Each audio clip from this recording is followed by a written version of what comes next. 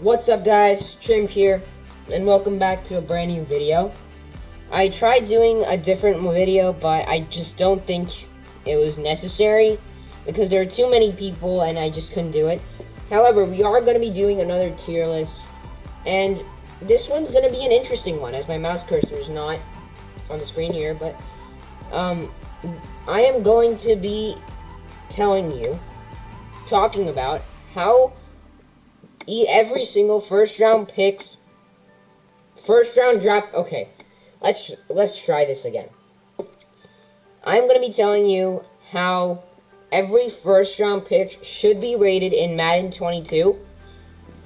And yeah, we got some really good ones, such as Jamar Chase, Micah Parsons, Kyle Pitts, and we've got some terrible ones, like Alex Leatherwood and Zach Wilson. So, yeah, let's just get into it. And I may be banging my chair on the drawer. I phrased that wrong, but I may be hitting my chair on the drawer. So excuse any bumping noises that you may hear in this upcoming video. Let's begin. And I think this is Elijah Vera Tucker. He's shown nothing that he is higher than an 80. He hasn't showed that he's below a 70. I think he's about 74, 75 range. He can either be in this tier or this tier. It depends on how you think he's played so far. Moving on, we got Rashad Bateman. This is a really tough one. Rashad Bateman was injured for about 6 to 7 games. Then he came in and looked pretty good. I'm not going to put him here because he hasn't played enough games. I think he's played like 3. I think he's going to be 74, but I think he's destined for stardom. Definitely. Jamar Chase is a 99. He's played so well. Really, really good player. And I think he deserves to be at least an 87. However, I think in Madden he's only like an 85. I think that's a bit of disrespect over there. Moving on, we got Zayvan Collins. I've not really watched much film on him. He's just going to be in that range because I think that's where he's going to be all year long and probably for most of his career, because I don't think he's going to be like the best linebacker, but I don't think he's going to be the worst linebacker. He's just going to be a guy who starts and gets the job done. That's all. Christian Darasaw, I think he's the first guy in 75 to 79. He's played pretty well so far, not going to lie. And I don't think he's in the 76 to 74 range. I think about 76, 77. So definitely here. Jamin Davis hasn't played, like, unbelievably, like, number 19 high. He's not played bad. Another guy who's just in the 70 to 74 range. You're going to see a lot of guys fall in here because a lot of them just haven't impressed so far. Moving on, we got Travis Etienne. Another 70 to 74 guy. He's just not played enough. I don't think he's a 76 because we haven't seen anything from him. So I don't know what I can say about Travis Etienne. I think he's just a 74. Caleb Farley hasn't played a single snap. 70 to 74. Like, how many snaps has he actually played? Accidentally paused there, but how many snaps has he actually even played? I don't even think he has. Yep, IR. So Caleb Farley hasn't even played a snap. Maybe he's good, maybe he's bad. I think he may even end up in the below 70 range for maybe not even playing a game.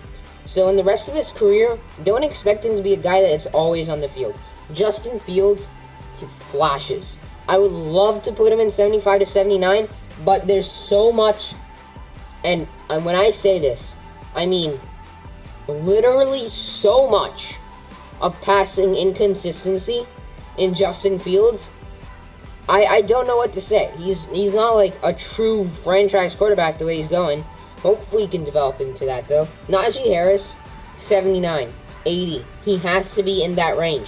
He's behind a terrible offensive line and is on pace to get 1,000 yards. Yes, he will not be averaging 4 per carry, but what are you expecting with that Steelers O-line, right?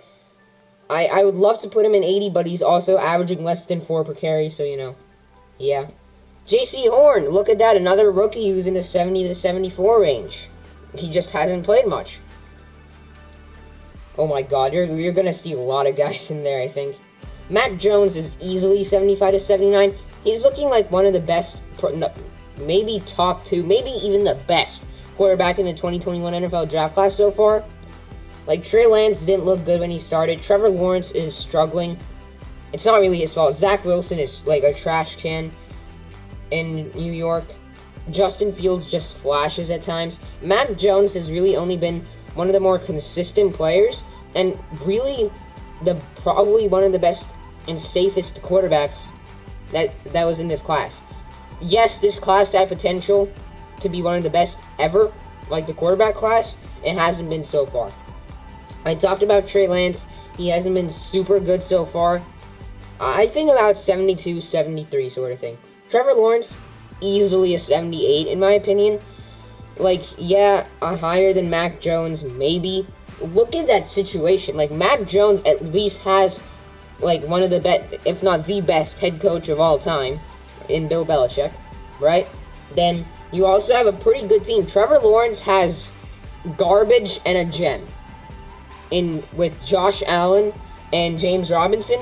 The rest is not good. They're just not. Miles Jack is pretty okay. Not pretty okay. He's pretty good. But Trevor Lawrence has no one to help him on that team, whether that be offense, defense, even special teams. So he's easily a 77, 78. He's making use of that situation as best as a true franchise quarterback can. Alex Leatherwood is like a 65 right now. Greg Newsome. Now, I have loved what I have seen out of Greg Newsome so far. I think he's about an 81. He's played really, really well and has been amazing alongside Denzel Ward. Denzel Ward, by the way, has been playing really well as well. So, really look out for Greg Newsome. I think he can be a future star. Odafe Owe, I hated this pick. I was so unhappy with this Odafe Owe pick, and he's been super good.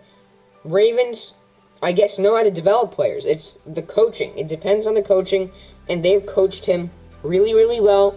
His athleticism and just overall unsafeness, raw player, whatever you wanted to call him, out of Penn State, has turned into a true, maybe even sack master of the future.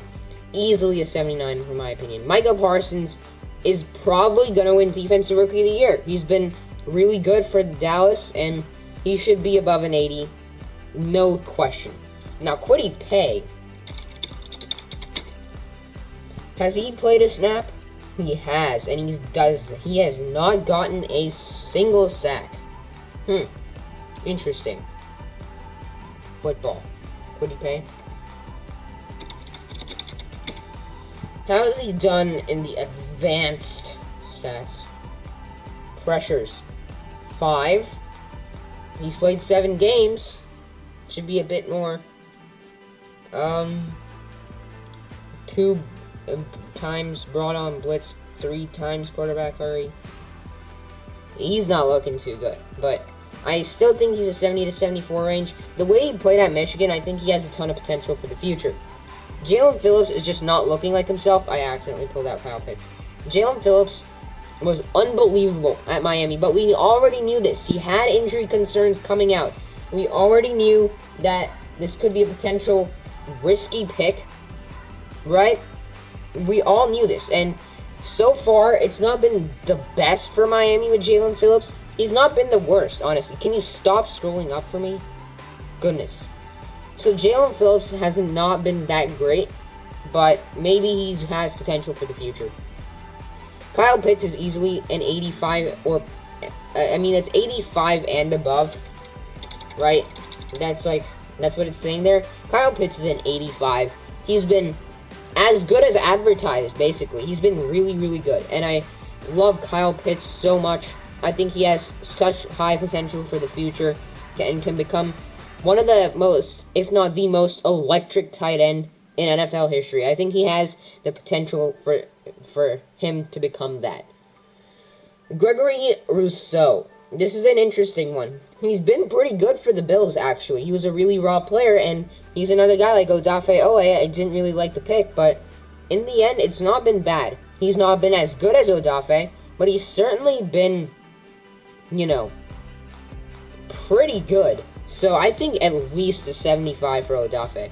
Penei Sewell, I think should be above an 80 sooner rather than later. Right now he's in that range, but maybe in the near future he can become a really good player. Rashaan Slater, though. Holy hell, this guy is amazing. He's protecting Justin Herbert so well. Now, whether or not the Chargers win games is not on Rashaan Slater. Like, I've seen this so many times. It always annoys me. Like, they'll take a punter, right? Let's take a punter, an example here. Jack Fox of the Detroit Lions. And then people will say, Jack Fox is so good and he carried the team to a Super Bowl. Not one person carries the team to a Super Bowl. What I'm trying to say is, even though the Chargers don't have the best of records, definitely not Rashaan Slater's fault, like, at all. Devontae Smith. He's a 79, 80 maybe. He's been pretty good so far. Definitely not the best receiver in this class by a mile. Eric Stokes, he's really grabby. I don't know why. I watched so much of film on this guy. I wanted to see, like, is this guy good? I really liked him at Georgia. He is super physical, and he's definitely gotten away with penalties.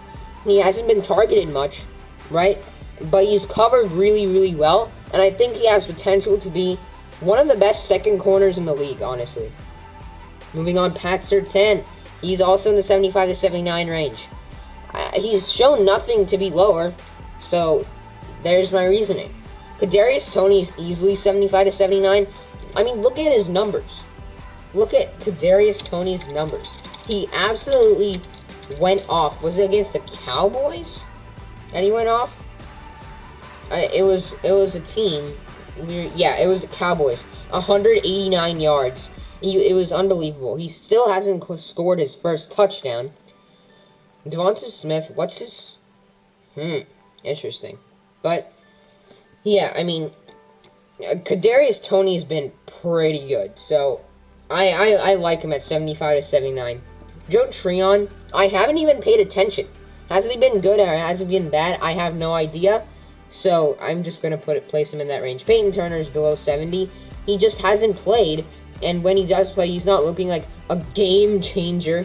Right now, you know, like a true game changer to, replace Cameron Jordan in the future, right? The future of the New Orleans pass rush.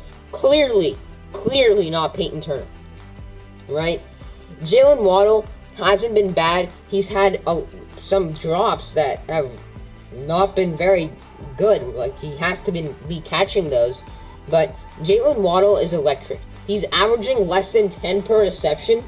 He's going to be a really average receiver the way he's going. He needs to really, they need to start sending him on deep routes. Start targeting him. You got to trust him with the ball in his hands because he can absolutely fly. Moving on, we got Zach Wilson. How do I do this?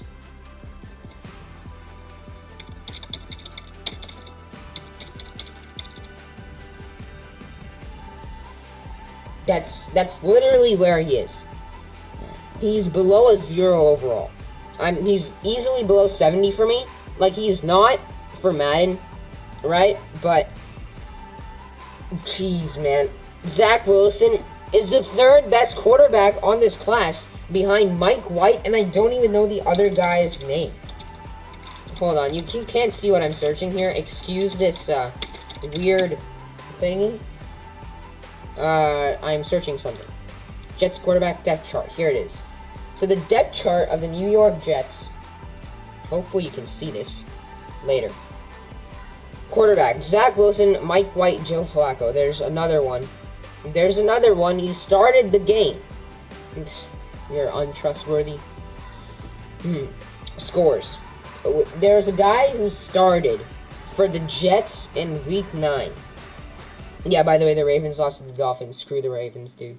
We suck. But the Jets played the Colts, and here he is. This guy right here. Josh Johnson was just cut. He played really well. He threw 334 yards and 3 touchdowns to 1 pick.